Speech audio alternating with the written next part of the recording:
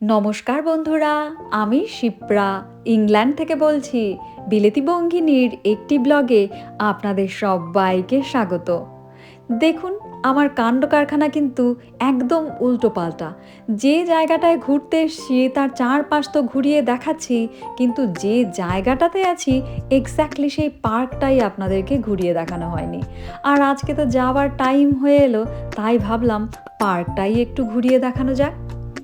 এই যে এই পাশটা, এইখানটা পার্কের ভেতরে আবার বাচ্চাদের জন্যে ছোট একটা পার্ক করা।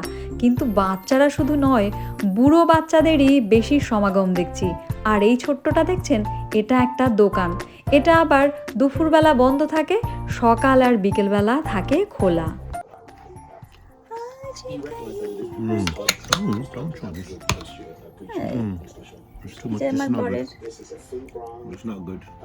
আর এই যে 2 কাপ চা, আমি এখন চা খাচ্ছি রোজ সকালে, কারণ হচ্ছে ভালো লাগছে খেতে।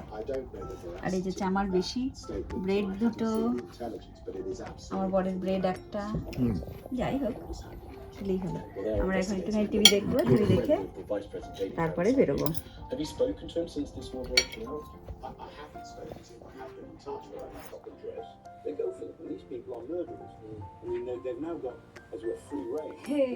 কিরম মুশকিল দেখুন। আমি বললাম কি, এটা একটুখানি বাঁধি চুলে, সুন্দর করে চুলটা বেঁধে খোপা করে তার মধ্যে দেই। কেউ বাঁধতে দেবে না, তো শুধু হচ্ছে খোলা চুল পছন্দ। কি আজীব মানুষ, বাপরে বাপ। এরকম করে আপনাদের বড়রা শুধু যেটা ওর পছন্দ সেইটা, তাছাড়া কিছু না। সত্যি সত্যি আজীব, কিন্তু কিছুতেই আমার চুল বাঁধলে ওর কিরম লাগে।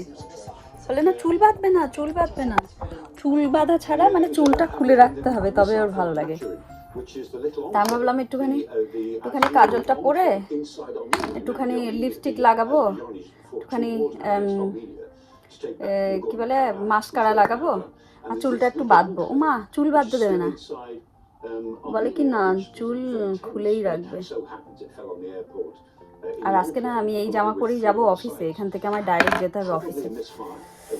তো এইরকম জামা পরে যাই না আমি অফিসে, সবাই পরে আসে, কোনো প্রবলেম নেই।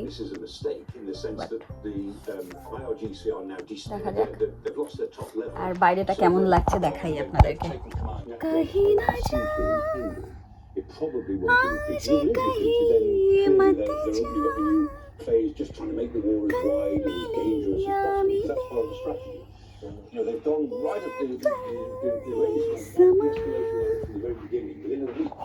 মোটামুটি আমরা রেডি হয়ে গেছি, সমস্ত যা জিনিস নিয়ে এসেছিলাম মোটামুটি নেওয়া হয়ে গেছে। আমি বাসনপত্র সব মেজে সব রেখে দিয়েছি।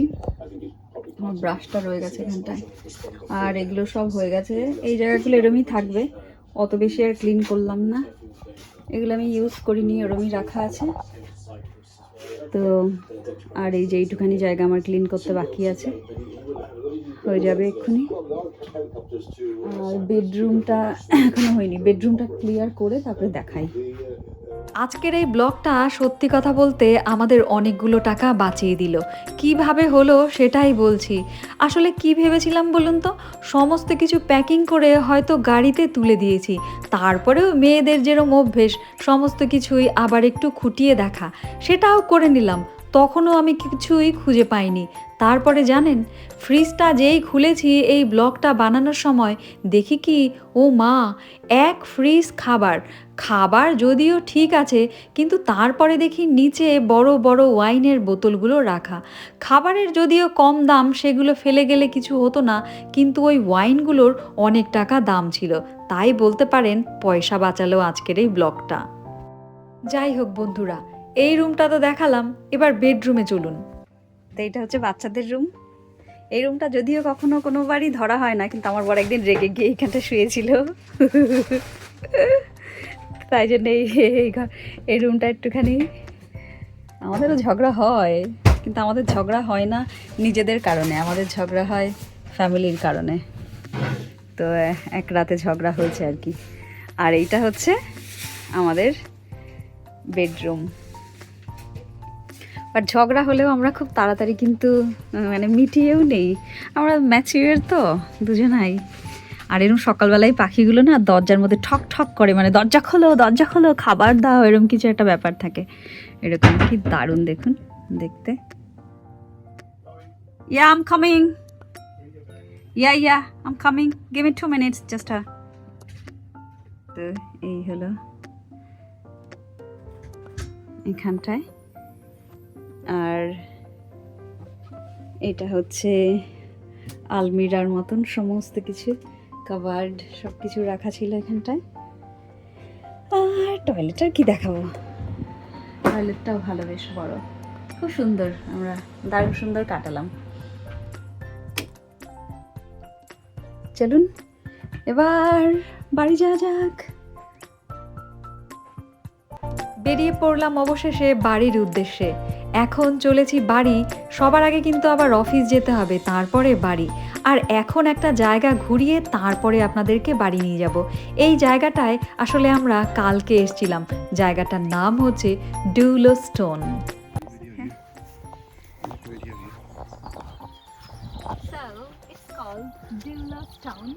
I don't know why I need to আমার হচ্ছে সার্চ করে বলতে হবে যে কিসের জন্য এখানটা এরকম স্টোন এরকম রাখা রয়েছে, বাট আমরা গুগল ম্যাপ দেখে এলাম, তো এই হচ্ছে এরকম স্টোন রাখা রয়েছে। আমার মনে হচ্ছিল যে যেরকম আমরা সেই গোবরডাঙ্গাতে রয়েছে না, বা কলকাতা মানে ইন্ডিয়াতে কতগুলো রয়েছে যে সূর্যের আলো যে দিকটা থেকে পড়ে সেই দিকটা মার্ক করে যে কোন দিকটায় কটা বাজে আর কি, সেই সূর্য ঘড়ি। আমি ভাবছিলাম সেরম, বাট সেরম কিছু নয়, বাট আমায় জানতে হবে ব্যাপারটা কি। তা ভালোই লাগছে দেখতে। না only me show them the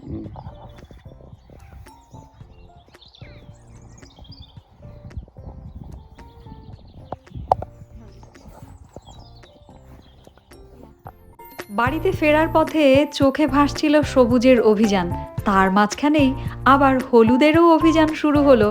আপনারা বাইরের এই অপরূপ শোভা চোখ দিয়ে অবলোকন করতে থাকুন, আর আমি বলি ওই ডুলো স্টোন সার্কেলের গল্প।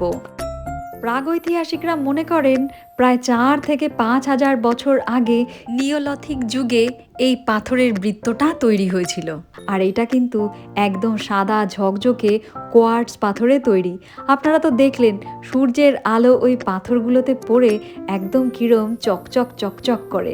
আসলে অনেকেরই ধারণা আবার যে এই পাথরের স্থানটা আগে ধর্মীয় আচার অনুষ্ঠানের জন্যই বেশি ব্যবহার হতো, কিন্তু আসল যে কী উদ্দেশ্যে এই জায়গাটা তৈরি হয়েছিল সেটা কিন্তু এখনও রহস্যে ঢাকা। আমার কর্তামশাই বলল আগেকার মানুষ বিশ্বাস করত যে এই স্টোনগুলোর মাঝখানে দাঁড়িয়ে যদি ভগবানকে কোনো কিছু বলা হয় তবে সেটা স্বীকার হয়। সত্যি কি দারুণ, তাই না? আর আমি বলবো এটা যে শুধু ঐতিহাসিক স্থান তা শুধু নয়, মানুষের বিশ্বাস, সংস্কৃতি আর প্রকৃতির সাথে তাদের সংযোগের এক অসাধারণ নিদর্শন। আজকে না আমি দারুণ সুন্দর একটা জিনিস লক্ষ্য করলাম। এই জায়গাটা সম্পর্কে যখন আমি গুগলে সার্চ করছিলাম, গুগল থেকে আমাকে বলা হয়েছিল যে এখানে মোট 8খানা স্টোন ছিল আগে, এখন 7খানা আছে। কিন্তু ব্লগটা যদি আপনারা খুঁটিয়ে দেখেন আর গুনে দেখবেন এখানে কিন্তু টোটাল 9খানা স্টোন রয়েছে। আমি ভাবছি তাহলে গুগল বাবাও ভুল করেন। অনেক বছর শিক্ষকতা করার অভিজ্ঞতা থেকে বলছি, বাচ্চার বাবা মা যতই শিক্ষিত হোক না কেন, টিচার যে কথাটা বলে বাচ্চার জন্যে কিন্তু সেটাই শিরোধার্য। টিচার যদি ভুলও লেখায় বাচ্চাদের জন্যে সেটাই রাইট। আর আমার কাছেও গুগল অতটাই রাইট ছিল, কিন্তু আজকে গুগল আমার সামনে ভুল প্রমাণিত হলো। যাই হোক বন্ধুরা, সবুজের অভিযান ছেড়ে ইটকাট পাথরের শহর মানেই বাড়ির পাশে চলে এসেছি। এবার রাত্রেবেলা কি রান্না করছি সেটা একটু দেখে নিন। কড়াইতে তেল গরম করতে দিয়ে দিয়েছি, আর এইখানটায় কুচিয়ে নিয়েছি পেঁয়াজ, তার সাথে একটুখানি লঙ্কা, আর এইগুলো সমস্ত রকম গ্রিন সবজি। তার মধ্যে রয়েছে সবুজ কালারের ক্যাপসিকাম, লাল কালারের ক্যাপসিকাম, আর ওই যে ছোট্ট ছোট্ট স্প্রাউট হয় না, সেই ছোট্ট ছোট্ট স্প্রাউটগুলো দেখুন আমি কিন্তু একদম সুন্দর করে কেটে নিয়েছি। ইংল্যান্ডের সমস্ত মানুষদেরই যে ফুড হ্যাবিট এরকম কিনা তা কিন্তু জানি না, তবে আমার বর সবুজ শাকসবজির ধারেই যায় না। প্রথমে ভেবেছিলাম শুধু শাকসবজিগুলো ভেজেই একটা রুটি বানিয়ে ওকে রাতের খাবারটা দিয়ে দেবো, কিন্তু দেখলাম শুধু যদি শাকসবজিগুলো ভেজে দেই এ মশাই খাবেন না, তাই একটা ডিম ফাটিয়ে মাঝখানে দিচ্ছি, তাতে খাবারটা একটু বেশি টেস্টি হবে। বন্ধুরা, আমার মতন যদি কিছু বদমাশ বন্ধু বান্ধবী আপনাদের ঝোলায় থাকে আমাকে জানাবেন। আসলে কি বলুন তো, কলকাতা থেকে আসার 1 মাস পরের থেকেই আমার বান্ধবীরা যখনই ফোন করে তখনই বলে, আসবি কবে, আবার আসবি কবে, তুই আসলে হেভি মজা হবে। আমি না ইরিটেট হয়ে আজকে বলছি কি যে আমি যে যাব, চারদিকে যে এত যুদ্ধ লেগেছে, ফ্লাইটের টিকিটের দাম কত বেড়েছে জানিস, 1 লাখ টাকা পাঠাতো, যদি টাকা পাঠাস তারপরেই টিকিট কিনবো। আমার বান্ধবী শিবানী, ও বলে আমার কিডনি দুটো বেচে দে, কিডনি বেচে দিয়ে তুই চলে আয় টিকিট কেটে। ভাবুন একবার। আমি বললাম, বদমাস, তোর যা রোগ বাঁধিয়েছিস, এত রোগে রোগাক্রান্ত তোর শরীর, তোর কিডনি যাকে বেচবো পরের মাসেই এক্সপায়ারি করে যাবে, আর তখন আমার দুটো তুলে নিয়ে যাবে। ভাবুন একবার কিরম আমাকে কেস খাওয়ানোর জন্য লেগেছে। আমি যদি সত্যিই ওর কিডনি দুটো বেচে দিই তারপরে আমার কি হতো বলুন তো, পরের মাসে তো আমার কিডনি দুটোও যেত। এরম টাইপের যদি বন্ধু বান্ধবী আপনাদের কল লিস্টে, আপনাদের ফ্রেন্ড লিস্টে বা আপনাদের ঝোলায় থাকে আমাকে কমেন্ট বক্সে জানাবেন। বন্ধুরা, সত্যি সত্যি আমার মনে হয় এরম বন্ধু বান্ধবী যাদের ঝোলায় আছে তারা অনেক লাকি। জানেন, আমি তো বাড়ি থেকে এতটা দূরে থাকি, আমার ফ্যামিলি যেমন আমার জন্য লাইফ লাইন, আমার বন্ধু বান্ধবীগুলোও তাই। ভগবানের কাছে প্রার্থনা করি যে আমার মতন বন্ধুবান্ধব যেন সবার থাকে। আর ব্লগটা দেখতে দেখতে যদি আপনার পুরানো বন্ধুর কথা মনে পড়ে, যে যার সাথে একসময় আপনি ভীষণ ক্লোজ ছিলেন কিন্তু অনেক দিন ধরে তার নাম্বারটা আর ডায়াল করা হয় না, তবে ব্লগটা শেষ করেই কিন্তু তাকে একবার কল করতে হবে। মনের সাথে মনের মিল এরম মানুষ খুঁজে পাওয়া খুব মুশকিল, তাই ছাড়বেন না কিন্তু এরম মানুষদেরকে। আর বিলেতি বঙ্গিনী আজকের ব্লগটা এখানেই রাখবে, পরের ব্লগে দেখা হবে আবার। ভালো থাকবেন সবাই, টাটা, বাই বাই।